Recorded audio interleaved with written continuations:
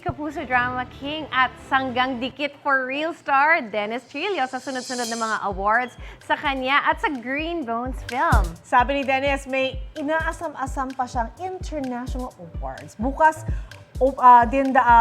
din daw siyang masubukan ang iba pang film genre. May unang chika si Athena Imperial.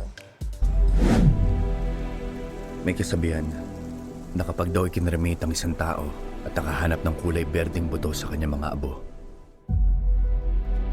ibig sabihin, naging mabuting taong yun. Patuloy ang pagkilala sa pelikulang Green Bones ng GMA Pictures. Ang Gawad Urian para sa pinakamahusay na aktor sa taong 2025 ay binibigay kay Dennis Trillo.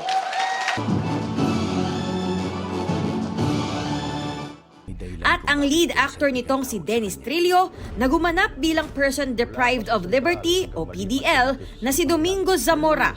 Patuloy ding kinikilala ang husay. Ako, si Domingo Zamora. Hindi ako mabuting tao. Hindi ko naman talaga inisip na kailangan pang award winning yung arte ko rito. Ginawa ko lang na parang as natural na pwede ko siyang gawin na kailangan yung siguro yung maging relatable talaga yung character sa maraming tao para alam mo yun, magkaroon sila ng connection at maapektuhan sila pagkatapos ng pelikula. Sabi ni Dennis, kung may halong destiny man ang mga pagkilala sa galing niya bilang aktor, naniniwala siyang dahil rin ito sa kanyang pagsisikap.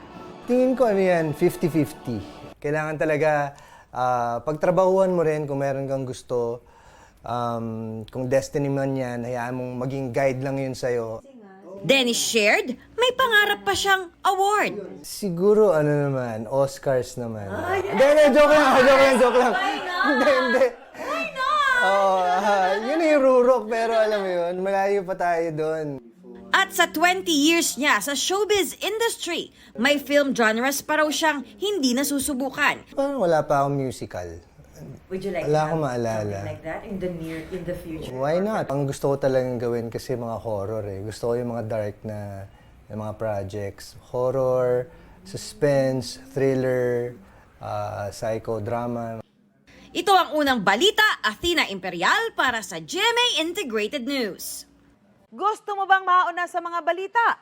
Mag-subscribe na sa GMA Integrated News sa YouTube at tumutok sa unang balita.